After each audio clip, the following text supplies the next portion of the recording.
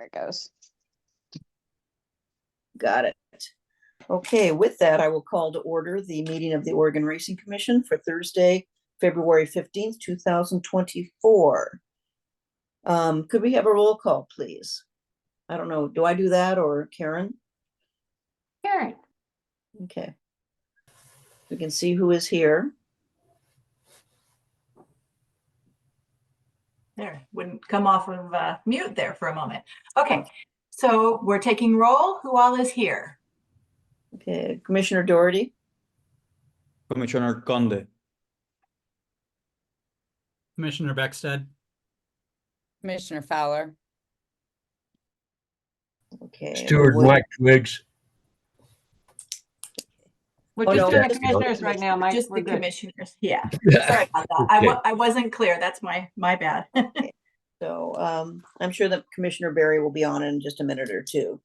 Okay, the first approval is the approval of the January minutes that you received in the mail or in the email not too long ago for January 18th. Are there any additions or corrections?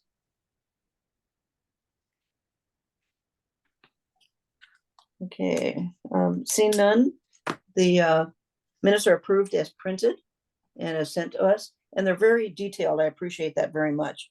Really give a good background to the meetings. I don't think that, do we need a motion on that or just approval? I think just approval. Okay. I can move to approve the minutes if that's right. Okay, Scott, or Commissioner, why don't you do that just to be on Yeah. the safe side? Yeah, I'll move to approve the minutes. I'll I'll Okay, second. if there's a second and Commissioner Conte has a second. All those in favor, raise your hand. Aye. Okay, the minutes are approved. Okay, the next thing on our agenda is old business. But before we get to that, hopefully you guys all had a good month and you're looking forward to a little warmer weather. So, okay, with that, old business executive director's report. Good afternoon. Let me make sure. Am I off mute? Yes, I am off mute. No, we hear you. Good. Good afternoon, Chair Doherty, Vice Chair Barry, and Commissioners. For the record, my name is Connie Nguyen, and I am the Executive Director for the Oregon Racing Commission. On a housekeeping note, each of you will be required to complete a statement of economic interest before April 15th. If you have any questions about this, we can address them at the March meeting, or you can always contact me or Karen Parkman. I'm also required to complete this form. As you all are aware, the short session has commenced. There were 3 bills that would have impacted the Oregon Racing Commission, and all 3 have died in committee. We anticipate that the bill will be presented, that a bill will be presented and will pass in the 2025 session that will phase out greyhound racing over 5 years. All sides have agreed to this, and we should plan accordingly now. The bill was designed, there was a bill that was designed to define casino, and that will be going into a work group and get an overhaul. It's a complicated issue, and interested parties will all want to have a say in the final version. I assume that we will see this bill come up again in the 2025 session. We're just about done with our rule review, and we'll shift our focus from rule review to upcoming summer meet. I want to thank all of the interested parties, the commissioners, and the staff for their hard work on these important and sometimes very difficult discussions. On a final note, I want to commend the Oregon Quarter Horse Racing Association for putting on a fabulous stud auction in Hood River. It was a great event, well organized and attended. Congratulations. That concludes my report. Okay, thank you. Are there any questions of Director Nguyen? I did listen into the hearings, and they had some very good questions, but I think the discussion at the end of the day with gambling regulations were just, they had not had enough time, and they did not have enough discussion to come up with some good legislation. So that's why they are meeting between now and when they meet again in 25 to to come to deal with the issues and to also work with all the groups that are involved, which makes for better legislation. Okay, thank you. Okay, next on the agenda, we have the Medication and Safety Committee report. And Commissioner Quinn's not here. Are you here yet, Commissioner? Director Nguyen, do you want to cover that committee report? Sure, Chair. I will be glad to give it a stab. And Commissioner Fowler, if I go astray on any of this, please help me out. I'd like to start again by thanking everybody who was involved in this. These are very, very complex issues. We had 4 veterinarians that were supposed to be there. 1 was not able to make it, but we did have 3 veterinarians representing us in the work group. And there were a lot of opinions on all of these. I would like to start out by going to the most difficult ones. We had two portions of rules that there was no consensus on, and I'm going to make some recommendations on that, but let me explain what they are and some of the concerns. The first one is for furosemide, which you usually hear as termed as Lasix. Our recommendation was that we allow that to be administered earlier than we have been. We have been allowing it between 5 and 4 hours. We believe that this is a bad call and that we should be providing this medication closer to the race. This is medication, if somebody is not aware, is used to prevent horses from bleeding from their lungs when they're running. One of the reasons why we want to introduce it earlier is it would be in line with Washington, but also the more important reason is we feel it will better protect the horses and it will cause less dehydration in the horses by administering it earlier and not allowing so much time. If you go all the way out to 5 hours, a lot of it's already out of their system. And I think we pretty much had a full consensus on that. And I think we're fine moving forward with that. Where we had more difficulty was the exact dose of what we give the horses.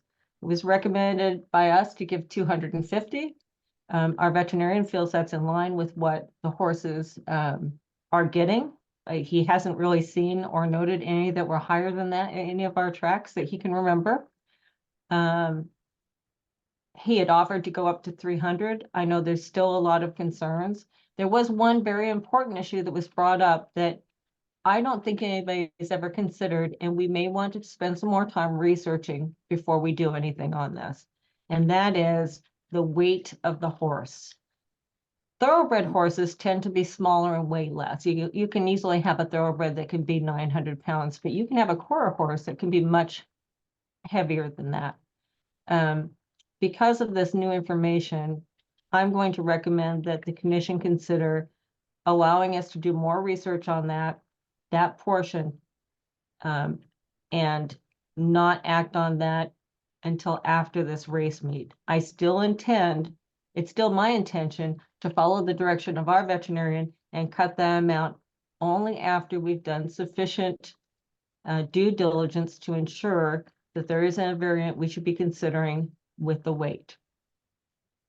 So that's the first part. Are there any questions, concerns, or comments on that? Any questions? And so with this, there's no recommendation, you're just waiting to get more information and more discussion. At the end of this, I need to know if you guys all agree with this. That's really what it's going to come down to, but Okay, let's do one full document first. Okay, Commissioner Fowler, do you think I covered that correctly? I do, thank you. Okay. I see Commissioner Barry, since I'm here, I'll just keep going, but anything you want to add to that? I just want to say I apologize for my tardiness. I was having some trouble with my machine getting logged on. What I heard, Connie, you described it, or Director Nguyen, you described it very, very accurately. Good conversation has been had, and I've appreciated all the contributions from the stakeholders. Okay.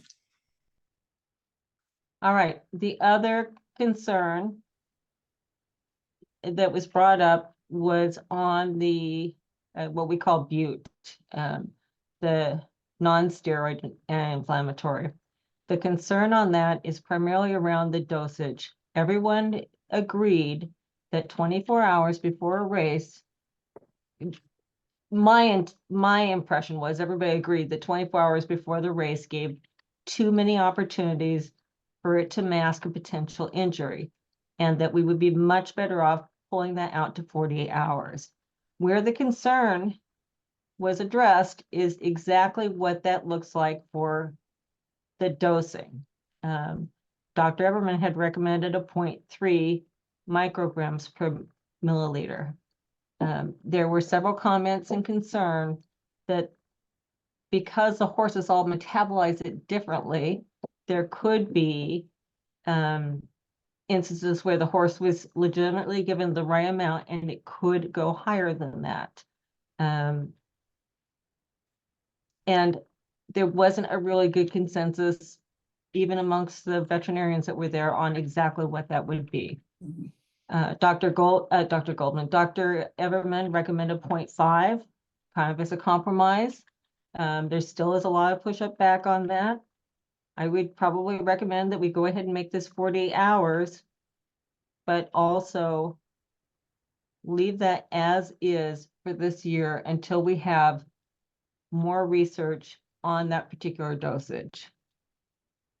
And I'd like to open up to questions on that. And for the commissioners that were there, please clarify me if you didn't agree with that or didn't hear that. And if there's any other information that the committee wants us to consider on this. Additional information? Any Thoughts? Director Nguyen and Chair Doherty, I just add that I think with regard to this, there was a general understanding that there may be a process, grace period, or other way to make this an easy implementation. I don't want to get too into the weeds, but I do think having a reasonable approach to the implementation, everyone agreed on that, and making sure that the communication was very, very clear, which Director Nguyen has emphasized from the very beginning, and I think rightly so. Okay, thank you. Any other questions, comments, input? Okay, so it seems that this is at least with the medication safety committee, that this is something that needs to have more conversation and more meeting before anything's finalized. I recommend that someone make a motion on this to take the changes that we all agree on at least, so we can go forward with those. And that Oh, we that do or other do two, not- yeah. okay. I'll make that. Okay, so is there a motion to accept what has been agreed to already on the medication and safety committee? Can I make that motion as a member of that committee, or does it need to be another commissioner? Yes, I Would think, it, Then I do. okay, thank you. Is there a second? Can I second it? Okay, I apologize. And if I'm getting the procedural stuff all goofed up, guys, I apologize.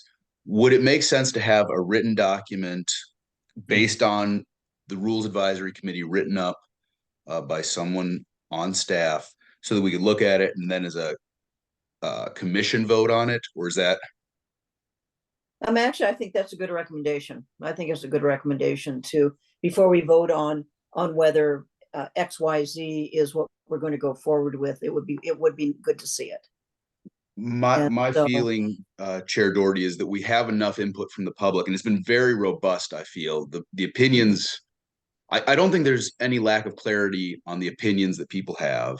I would like to see what the staff comes up with based on those recommendations and what they feel is best practice, so that we can then, go ahead with that and Okay. make a vote on something concrete. Okay, so maybe do the March meeting, because it seems like other than the two things that were discussed, most of the things have been agreed upon. Mhm. May I ask Commissioner, a question, please? Yes, Thanks. My understanding was that what we were moving forward on was coming up with that language to then present to the full commission. Am I wrong on that, Ms. Nguyen? Or Director Nguyen? Commissioner Fowler, Ms. Fowler. My recommendation is that that we had voted to go forward with what everybody already agrees with and take everything else and continue to work on it. But I'm glad to put something together and we can wait on the things we've already agreed on. If that's what you're recommending, we don't do anything else until the March meeting, until you can see it in front of you.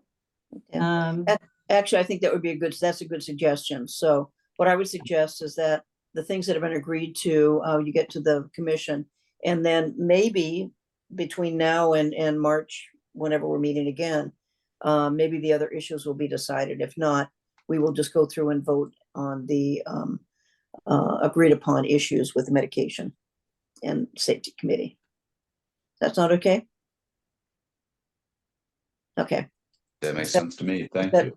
Okay, thank you. I appreciate your guys' work on this because I know that it's it is something that is very scientific and very important to the industry, very much so. Okay, so we'll be looking forward to that and going from there. Is there any other old business that anyone has? Okay, if not, we'll move on to new business.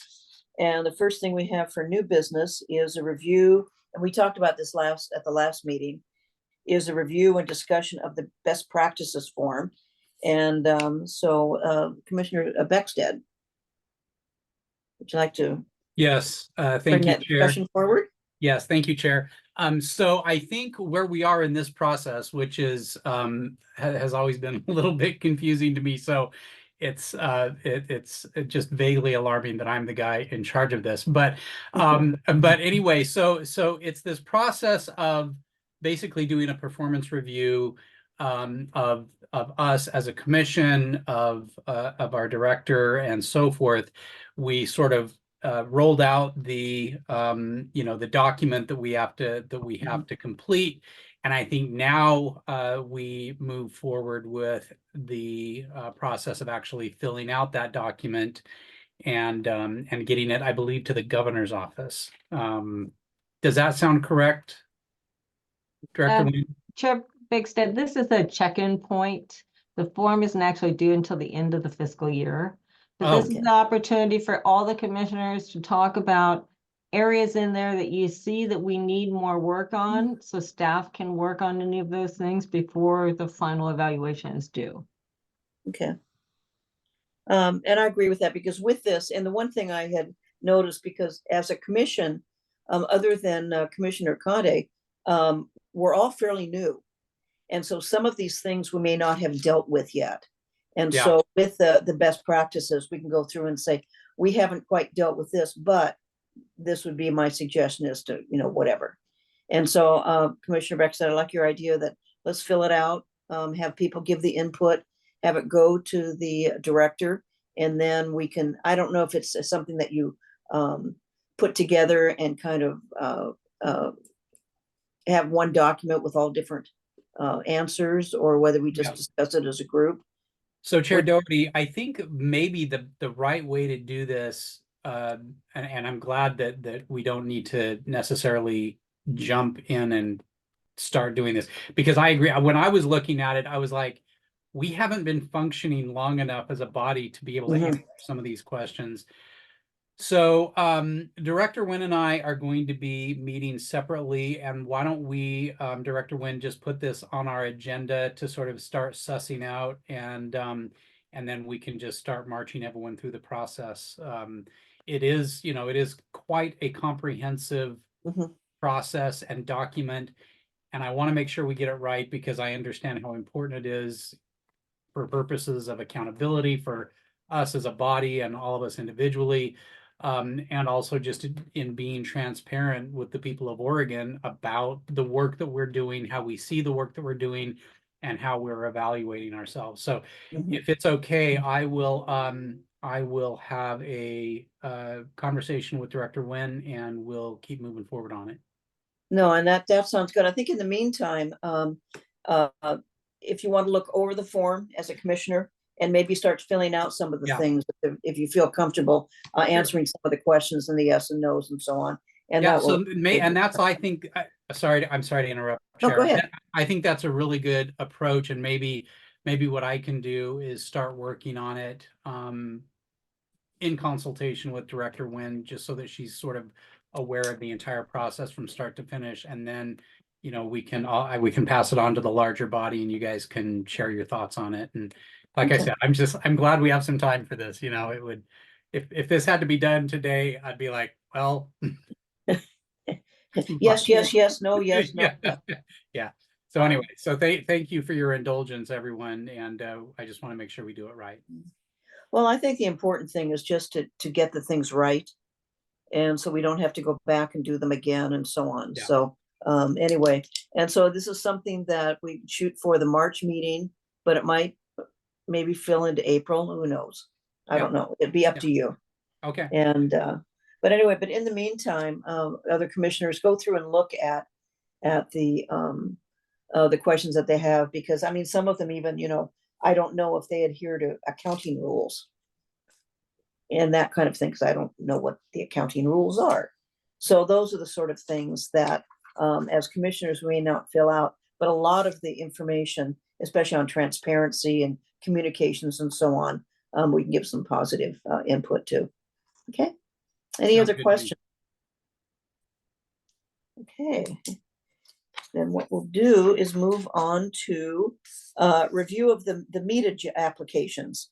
And first of all, I like, thank you, Micah, for sending out the, having the material sent out in a PDF form, because it's a lot easier for me to have it on my computer over here and look at it, especially with the however many pages we had of race meet information. So anyway, the next thing on there is the review of the race meet applications. Director Nguyen? Thank you. Yes, we have all of our applications in, and I want to thank both Karen Parkman and Mike Twiggs in particular, who spent a great deal of time going through all of these applications. Do we have anybody on here representing Grants Pass? All right, I'm just going to go through them one at a time then. The only problem about having all these documents together is it takes a minute to scroll through all of them. Yeah. Crooked River Roundup. Do we have anybody on from Crooked River today? They're not required to be on, but just asking. The application is in line with what they submitted last year with their budget requests.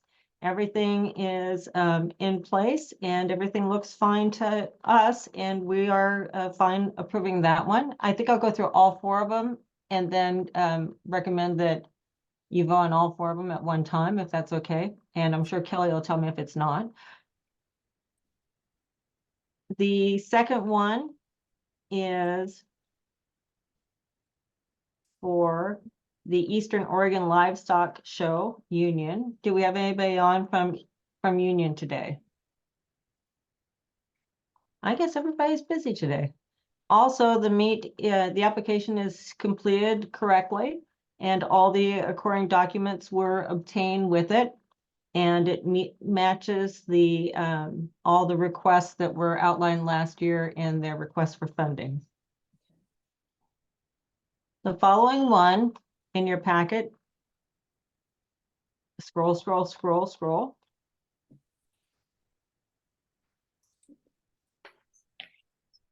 And commissioners, if you have any questions during this, just let us know, or we'll ask questions at the end. Correct. June, that's still on there. Oregon. I think that one may have ended up in there twice by accident. We have the Grants Pass application. The Grants Pass application did ask for a couple extra days.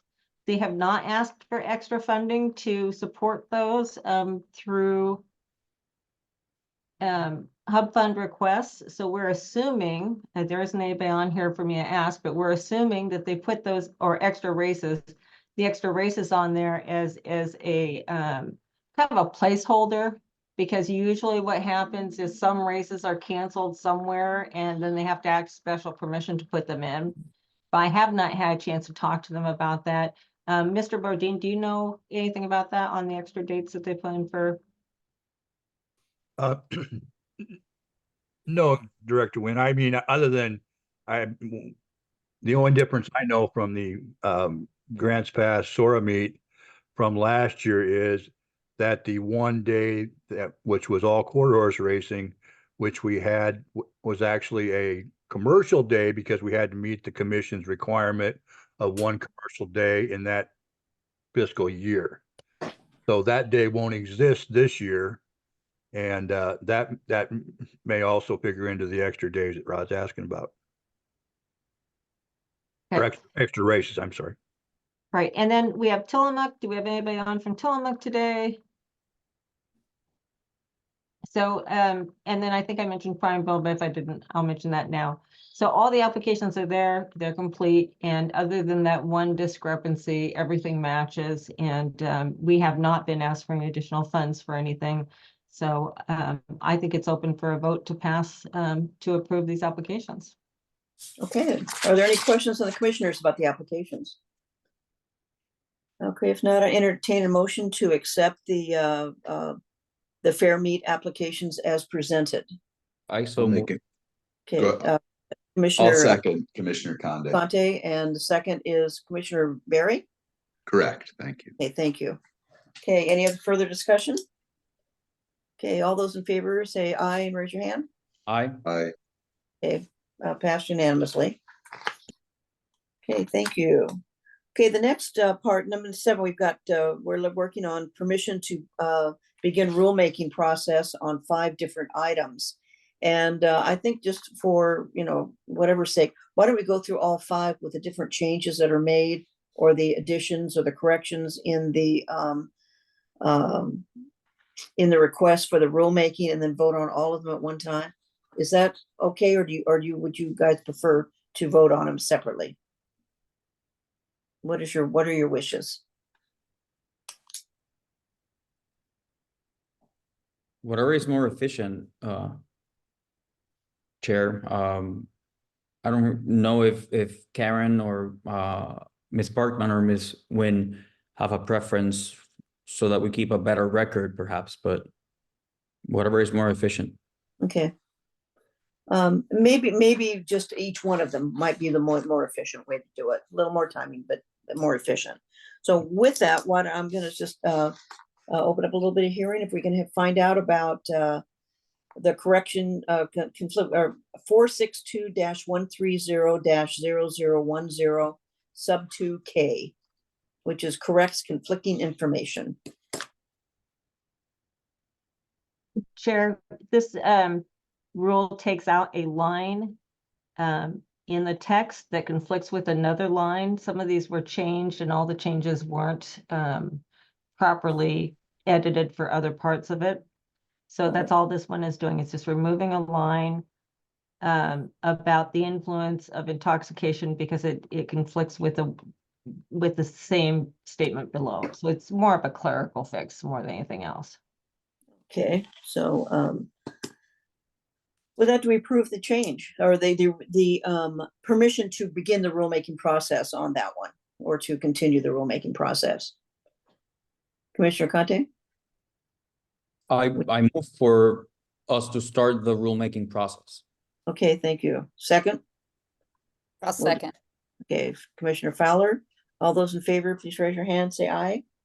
Aye. Aye. Okay, so we'll continue the rulemaking on that one. The second one is 462-140-0150 sub 6 sub E, which is again updating our addresses. I think it's pretty easy.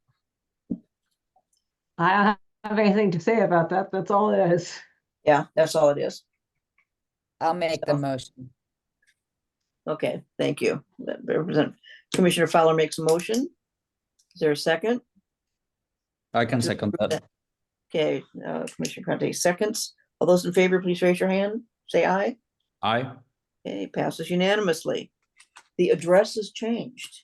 Okay, the third rulemaking permission, this is one we'll take probably more discussion, is 462-160-1050 on necropsy. And let me go ahead and discuss this and read it to you. We had some minor tweaks that we came up with, and I'm not sure that they were all captured in this packet. So if you don't know, a necropsy is basically, I think we've talked about this before, but it's basically like an autopsy on a horse.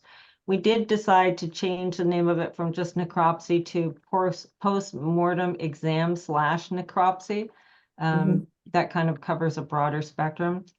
So I'm just going to read this out loud. And so that was excuse me, that was an addition to what we have on here? No, that's actually what's in your packet right now. Oh, okay. I'm just reading through it to see if anything yeah. So the biggest thing on this is that we wanted to make sure, I don't actually really see that we're changed after this one. We wanted to make sure that any horse that died on the track or on the grounds who is a racehorse is has the opportunity to have a necropsy if at all possible. And there may be some circumstances where we may not be able to get the horse in, but in 99% of the cases, we believe we can. And if they're not, we'll do whatever we can reasonably at the track to gather whatever we need to send in for necropsy separately. One of the things that we thought was really important was to provide a provision that we will reimburse the track staff for reasonable costs of transportation and will pay for all costs of the necropsy. That is something unique to Oregon. And I don't know if it's just unique to Oregon, but I have looked at several other jurisdictions that require this to be done by the track. But we think that's fair. We have very small tracks and they have very limited funding, and taking a horse at midnight from Prineville to OSU is a little bit of a haul. We're setting our limit, even though it's not in here, but we're setting our limit at $1,200, which we believe covers all the costs. We talked to Rod Lowe and he said that it costs him about at least $1,000. So we think that's really fair. And also we outlined that the horse, obviously we don't want the veterinarian that gives the care for the horse to be involved in that. Is there any discussion or questions on this? Okay. Because this is new language, correct? Yeah, we had nothing about necropsies in our rules before. Okay, great. Commissioner Beckstead. So am I interpreting what you said that this does not make the necropsies or postmortem exams discretionary? In other words, are we creating a loophole that people are going to exploit to keep their horses from being examined if they break down and die? Well, that's a good question. The only loophole in here is we would have to agree with them, for example. It's not up to the track to decide if they can or cannot. I don't know if that helps. So a horse breaks down and dies in the course of a race. Obviously the commission, and let's say it's not an obvious cause, there's no obvious cause of the fatality. I mean, anyway, my point is, if you know, the stewards and the vets say, okay, let's get this horse examined and figure out what went wrong, is the owner going to be able to point to this language and say, no, the owner has Trying it out no of it. jurisdiction over that. No. I just want to make sure we're not making, you know, a loophole or an exception that swallows the rule. You know, Do you have Commissioner Beckstead, do you have a recommendation on how we might word that? Maybe we change it or add some wording, or you can provide some wording about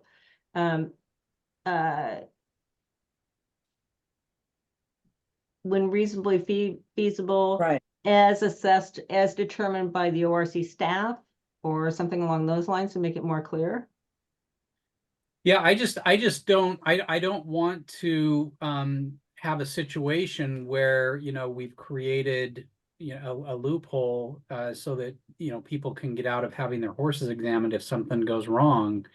I think, you know, in the interest of transparency and accountability, we need to be letting people know, you know, that number one, the horse was transported, you know, and submitted for a necropsy or an exam.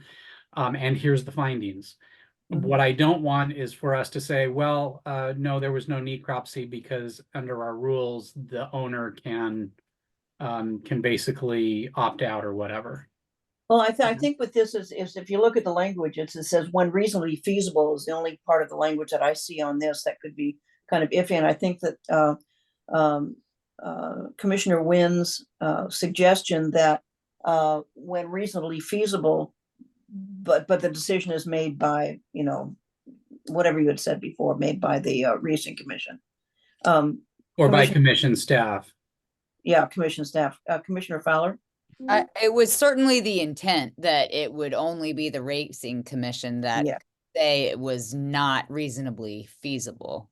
So if that's not clear from the language, maybe we need to add that in, but I agree with Commissioner Wynn that is the intention of the language.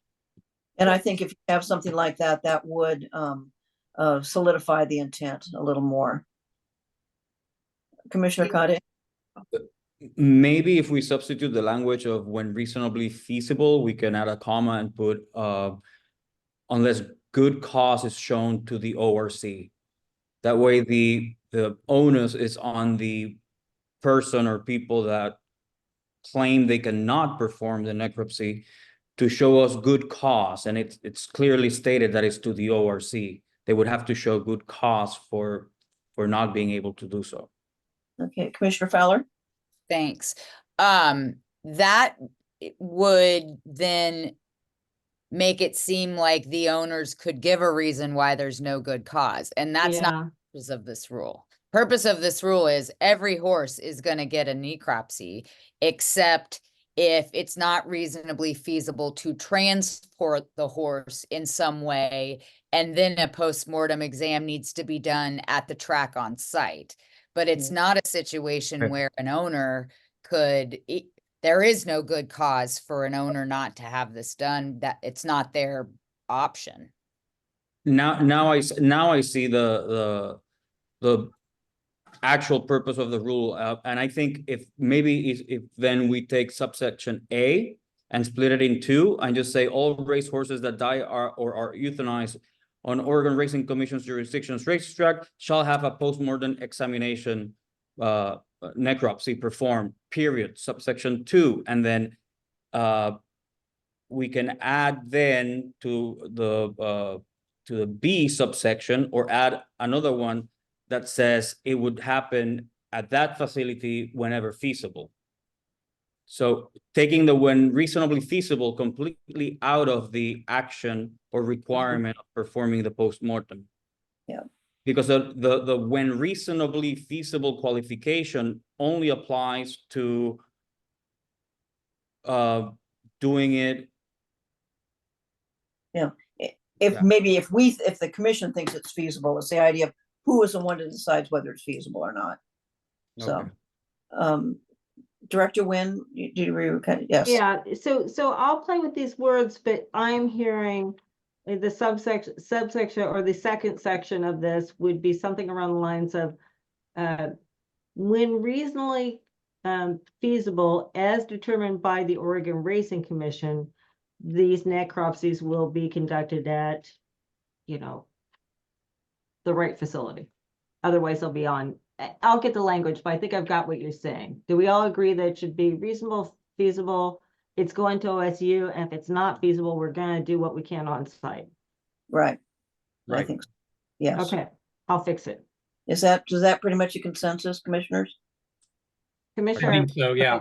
Yeah, Okay, should good. fix it, but I think- Again, I just don't want there to be any suggestion to anybody that this is somehow discretionary or there's like an opt-out Right. opportunity or anything like that. That's all. So whatever we can do to maybe tighten that up is good with me.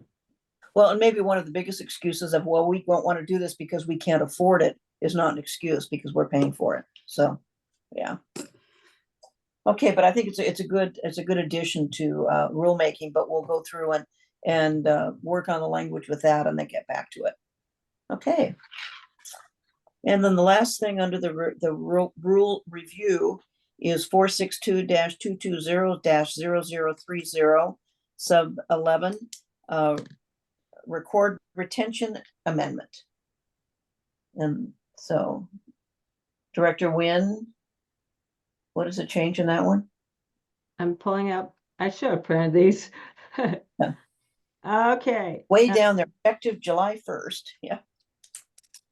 All right, this is a good one. This is, I'm just going to read this out to you. You probably all have it.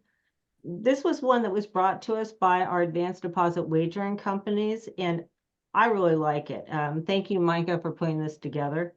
Basically, it says effective July 1, 2024, an applicant must maintain all customer account related documents after the account is closed, including but not limited to wagering, activity deposits and withdrawals for a minimum of 3 years. In our past rule, we didn't have that information on there. We just had, you have to keep the records for this much time, and it didn't clarify how much time after the account was closed. So Okay. this covers that loophole and makes sure that they maintain those records. So we can use them for investigations or any other activity.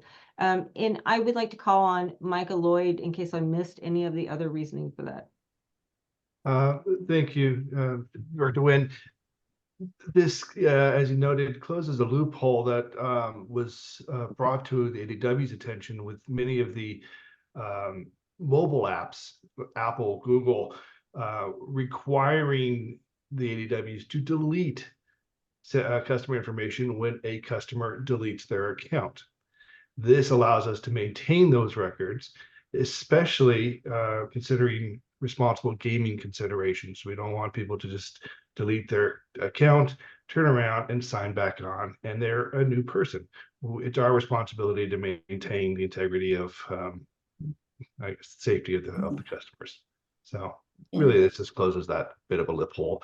And now the ADWs can turn around to Apple, Google, whomever, and say, by regulation, we are required to maintain these records. Okay, are there any questions?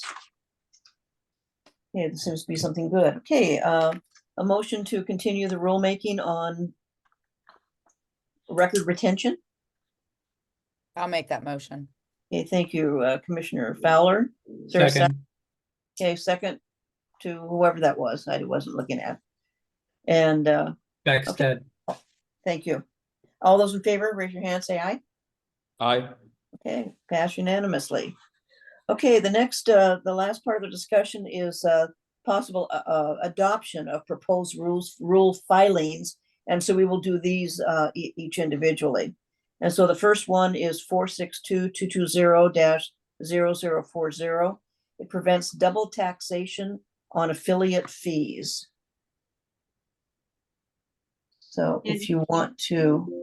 Chair Doherty, as a reminder, all of these you approved through the were previously approved for us to go forward on, and there have been no changes to them since that time.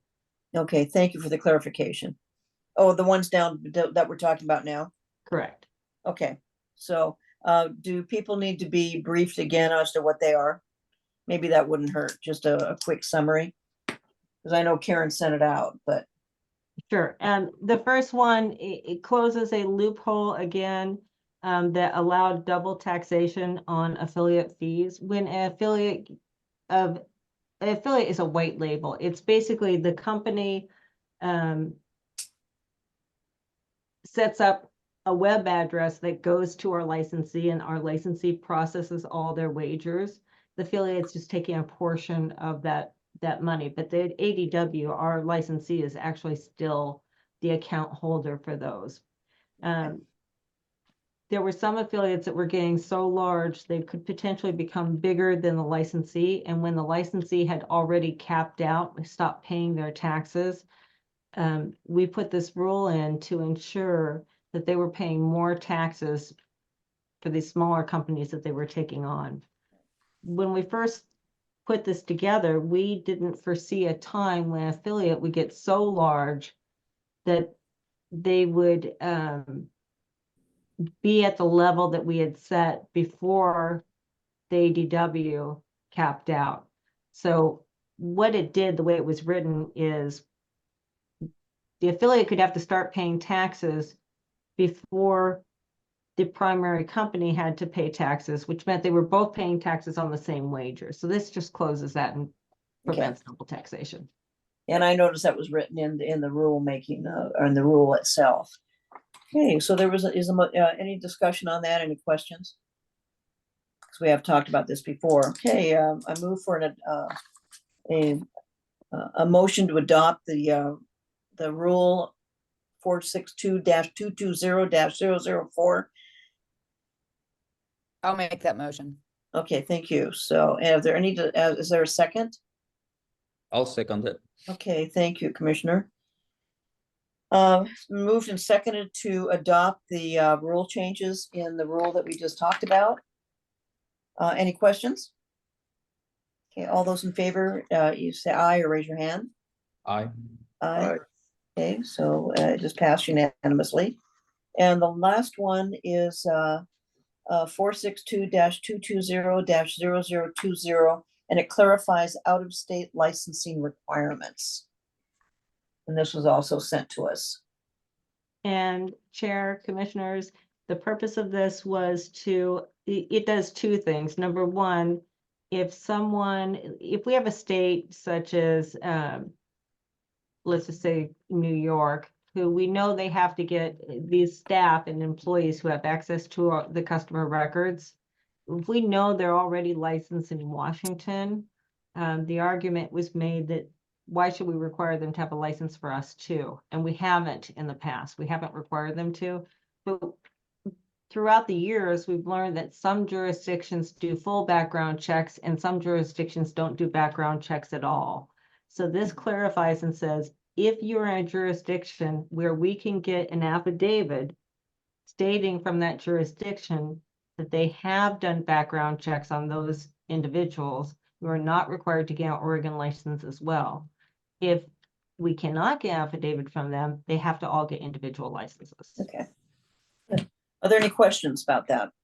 Because we haven't discussed this before. Okay, seeing none, I entertain a motion to adopt the rule as presented.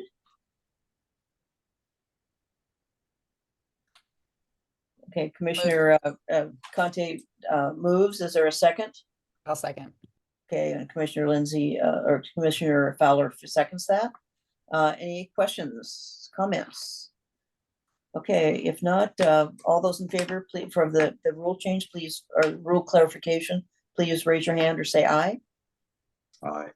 Okay, aye. It passes. Thank you very much. Okay, the next thing we have is public comment. Do we have any public comment? And we will identify you, but make sure that you identify yourself for the record. Okay, so the first one we have is, and I can't see it because my line's in the way. Randy Bodine. Randy, yes, Randy. And so make sure you identify yourself for the record. Yes, Randy Bodine, Executive Director of the Oregon HBPA.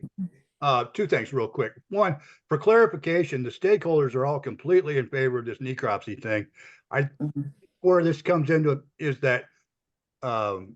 Everman brought up the fact that if a vehicle wasn't available or a non-refrigerated vehicle wasn't available, or, you know, it's 11 o'clock at night in Prineville and it's 100 degrees, that at some point that might negate the good of necropsy. So in my mind, I would think that you could fix this by just saying that all horses on the grounds or on the track shall get a necropsy unless the state veterinarian deems it to be non-feasible. Because he was really he was the one that brought it up. Other than that, everybody's in favor of this going through. Okay, thank you for your comments. Do And we have one- any other? Another thing real quick before Go I let ahead. me go. And I'll get yelled at for this, but I wanted to say something. Connie's done a really nice job in Salem. I don't know how many of you got to watch the testimony, but it really helped racing, and I know she's done a lot of work to try and rebuild some good feelings among members of the legislature. So I just wanted to make note of that so that the commission knew that she was doing a good job for them. Randy, I'm gonna have to second that because I did watch some of the testimony. And what I appreciated was you acknowledging the committee for their help and their, understanding this kind of, you were complimenting them, and I thought that was a good way to start out. So overall, it's kind of a strange ending, but the testimony was very good and really to the point. Okay, any other public comment? Okay, I don't see any. And so apparently we have no contested cases. Is that true? We have no contested cases. Okay, so we don't have that. And so the next commission meeting is March 21st, 2024 at 1:30 via Zoom. And I believe in April we'll be meeting face to face. But I appreciate all of their input today and got some good work done. And I appreciate all the work of the commissioners to go through and get to the point we have now to try to clarify things and make the racing industry the best in the nation. That's what we want to do. Okay, anything else? Any comments before we adjourn? Okay, thank you all very much for your time. The meeting is adjourned.